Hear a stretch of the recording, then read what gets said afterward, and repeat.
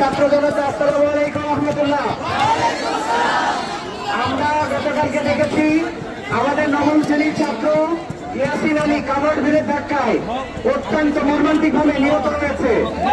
আমরা স্পষ্টভাবে তামিল মিল্লাত কেন্দ্রীয় ছাত্র সংসদ তামিল মিল্লাত পরিবারের পক্ষ থেকে তীব্র নিন্দা এবং প্রতিবাদ জানাচ্ছি।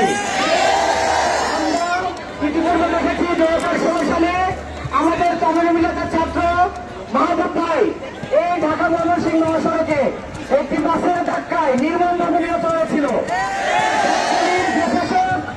এসে আমাদেরকে তখন আশ্বস্ত করেছিল 2016 সালের ঘটনা, আমাদেরকে আশ্বস্ত করা হয়েছিল ফুটওভার ব্রিজ করার মধ্য দিয়ে আমাদের এই রাস্তা নিরাপদ করা হবে।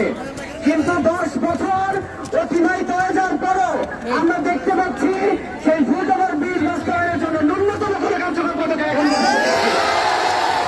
আমরা আজকে এই বিক্ষোভ থেকে জানিয়ে দিতে চাই, অতি দ্রুত গাজীপুর সিটি কর্পোরেশনের প্রশাসক, গাজীপুর জেলা প্রশাসককে এখানে উপস্থিত হতে হবে।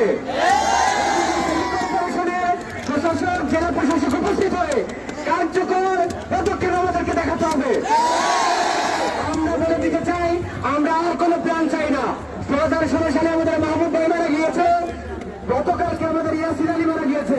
আমরা নতুন করে আর কোনো মৃত্যু চাই, আমরা আর কোনো মৃত্যু চাই না। যারা যানবাহনে আছেন, যাদের দুর্ভোগ হচ্ছে, দুর্ভোগের জন্য আমরা দুঃখ প্রকাশ করছি।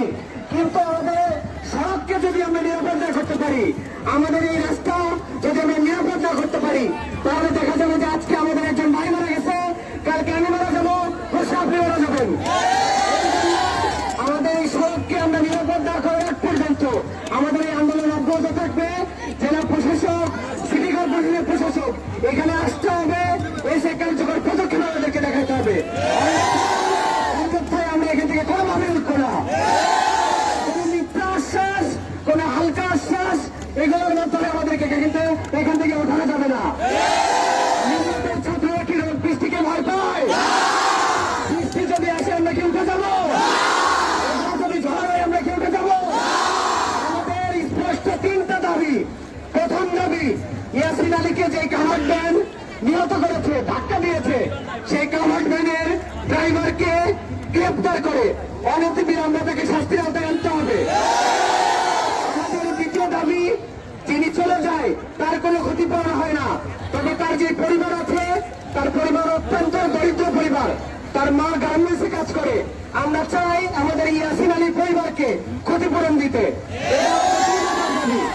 এবং আমাদের তৃতীয় দাবি, তামিল মিল্লাত শিক্ষার্থীরা এখানে বসে আছে, টঙ্গীর বড় বড় শিক্ষা প্রতিষ্ঠানের শিক্ষার্থীরা এসে আমাদের এখানে একাত্মতা পোষণ করেছে। আমরা স্পষ্টভাবে বলতে চাই, আমাদের তৃতীয় এবং সবচেয়ে গুরুত্বপূর্ণ যে দাবি, সেই দাবিটা হচ্ছে আমাদের এখানে ফুটওভার ব্রিজ দিতে হবে। ফুটওভার ব্রিজের জন্য ইতিপূর্বে আমাদেরকে আশ্বাস দেওয়া হয়েছিল, লিখিতভাবে আমাদেরকে আশ্বস্ত করা হয়েছিল। 10 বছর অতিবাহিত হলেও এখন পর্যন্ত কার্যকর কোনো পদক্ষেপ আমরা দেখতে পাচ্ছি না। কোন মিথ্যা আশ্বাস, কোন ঠুনকো আশ্বাসে আমরা রাজপথ ছাড়বো না।